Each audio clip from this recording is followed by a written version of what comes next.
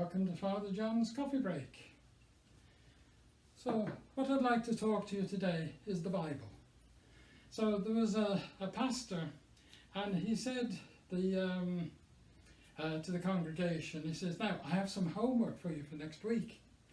And the homework is to read chapter 17 of Mark. So next Sunday comes, and the pastor gets up to give his homily, and he says, now, hands up everyone who read chapter 17 of Mark. And a few hands kind of went up. And he says, very interesting, he says. There's only 16 chapters in Mark. I better hear confessions afterwards. So what I want to talk today is the Bible. So what Bible do you use? It's quite an important question. It's the most sold book in the world, and so you want one that you're comfortable with, and you want a good one. So how can we tell what's good and not so good? So if I take an example here, it's John chapter 2, and in the Good News Bible here it says, 2 days later there was a wedding at Cana in Galilee, and the mother of Jesus was there. So that's what that one says. Now, if we go to this one, it says, on the third day there was a marriage at Cana in Galilee, and the mother of Jesus was there. Do you notice the difference? This one is trying to make nice English. This is what John wrote. On the third day. Now for Christians that's very significant. On the third day. What happened on the third day? Jesus rose from the dead, new life. And so it's giving you a clue. Watch out. Something's going to happen here. It's building in little clues, and so the Bible is full of those, but we have to kind of watch out for them. It's so easy to read over that. On the third day there was a wedding feast, but we're missing the point. On the third day, very significant. That's why it's good to have a good translation. And so our Bibles, they're broken up into nice chapters and verse, and so there's spaces and it's all numbered. Unfortunately, the guys who did this hadn't got a clue how it was written. They broke it up into, what they see sort of was, nice paragraphs and things like that. It was actually done by two guys. One guy split it up into paragraphs and that, and then another guy came along and numbered them. But it's become so ingrained now in us, we can't change.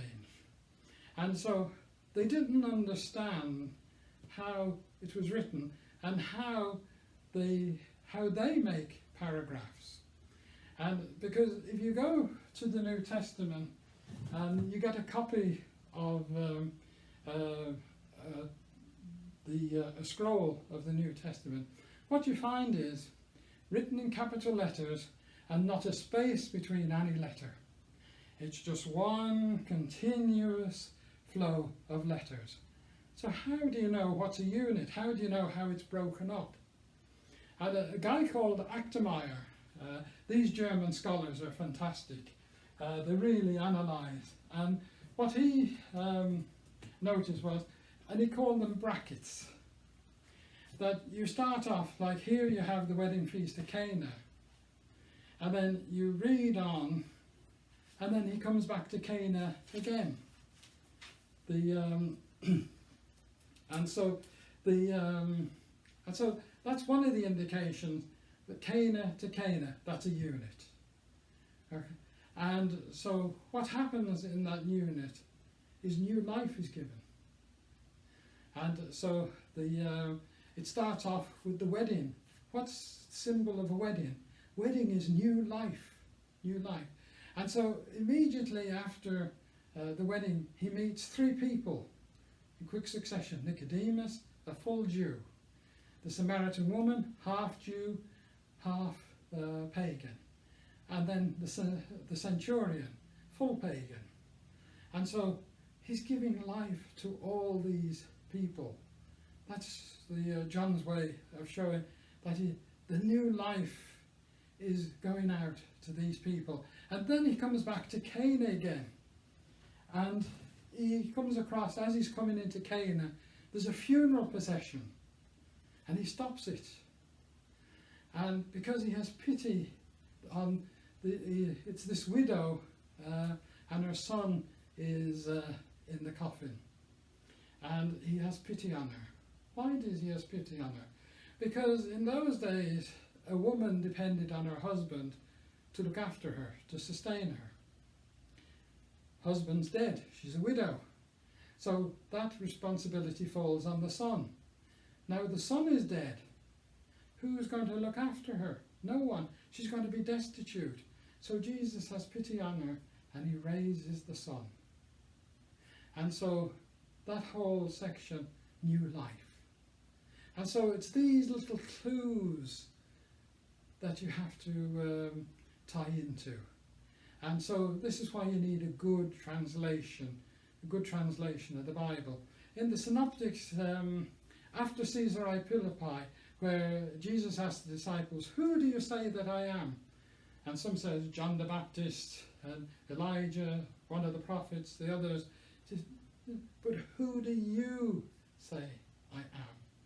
And Peter says, you're the Son of God, the Christ. And and after that, there's a little phrase, real throwaway phrase. You wouldn't notice it. And it says, on the way. And then you get a section on discipleship. So that little phrase, on the way, always opens a teaching on discipleship. And so it's all these clues are built in there. And that's why you need the good Bible to have a good translation of it. And so another thing I kind of look for when I look for a Bible is Psalm 23. The Lord's my shepherd, there is nothing I shall want. And so there's certain phrases that captures us, how certain things are phrased, especially some of your favourite readings. So, the Lord is my shepherd, I shall not want. He makes me lie down in green pastures. He leads me beside still waters. He restores my soul. And so so that's another thing to look for. So what is a good Bible? If you want to be really good, you get the Jerusalem Bible to read the Old Testament and the RSV, Revised Standard Edition, to read the New Testament. But most people aren't going to buy two Bibles. This is one of the best ones. It's the Oxford Annotated Bible. It's an RSV. And so one of the things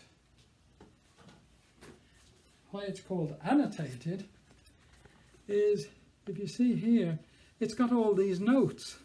Every page has numerous notes about the translation.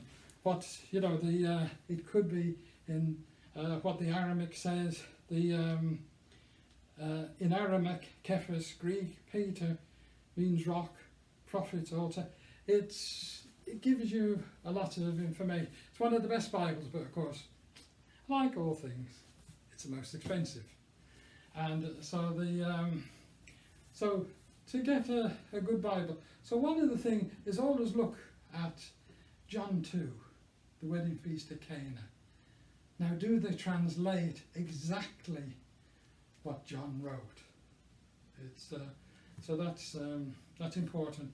And also the translator, because every translator has his own way of translating how they put a phrase into English. And everyone has a different style. And so you have to pick the style that you like. Now, when you read the Bible, you need to also read a commentary to give you an idea of the culture and a bit of the background. Now, there's very inexpensive commentaries. They're called commentaries. So this is this is a small one. It's only that thick, and so what it has is the scripture up here, and then the commentary down here. It gives you an idea what this is saying, some of the background and that. And so they make these, one for each book of the Bible, and then you can get more elaborate. And so this is one I like. It's by N.T. Wright. It's like it's John for every day, Paul for every day, and again it's the same thing, but the commentary is more detailed. And then up here, each one of these, so it's a series, and the Sacra Pagina, and so this one is all Luke. It's all about Luke, and then if you want to go to the Gospel of John by Raymond Brown, Raymond Brown is the Gospel on John's Gospel. So Raymond Brown, it's a two-volume work, and 900 pages in each volume, and so and he really goes through everything in minute detail, and he gives you bibliography and everything. He parses each word. One of the things Bible scholars do is they take a word and they see how it's used in other places to get the sense of it. And so that's what Raymond Brown has done here. He's looked at those words, but he goes into real detail about different things. And so it's these again are expensive. You know, there's a very good one, Barclay. Barclay has a series. I used to have the whole series at one time, but people borrowed, and I don't have the series anymore. It's they were very good, and it was cheap,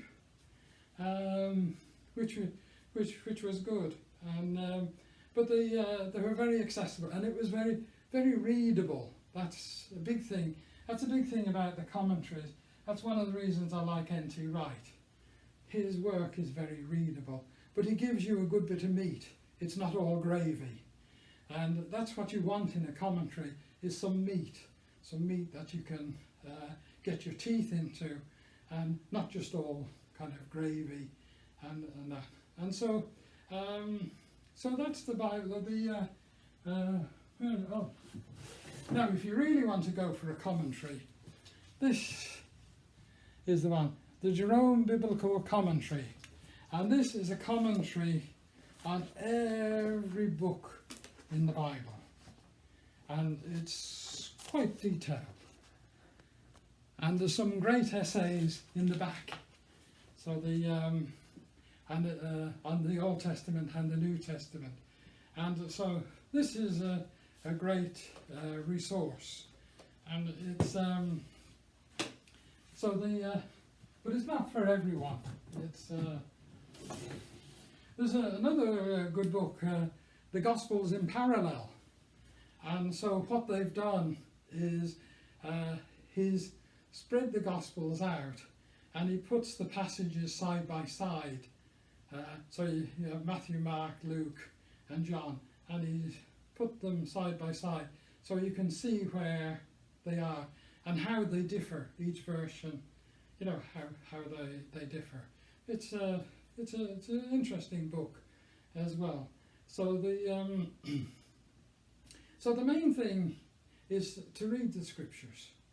That's the big thing, and there's nothing beats reading the scripture and sitting down and praying about the passage. Now you can play Russian roulette with the Bible, and what that is, you close your eyes and you go, and then you read the passage. And so you can do that every day, or you can systematically.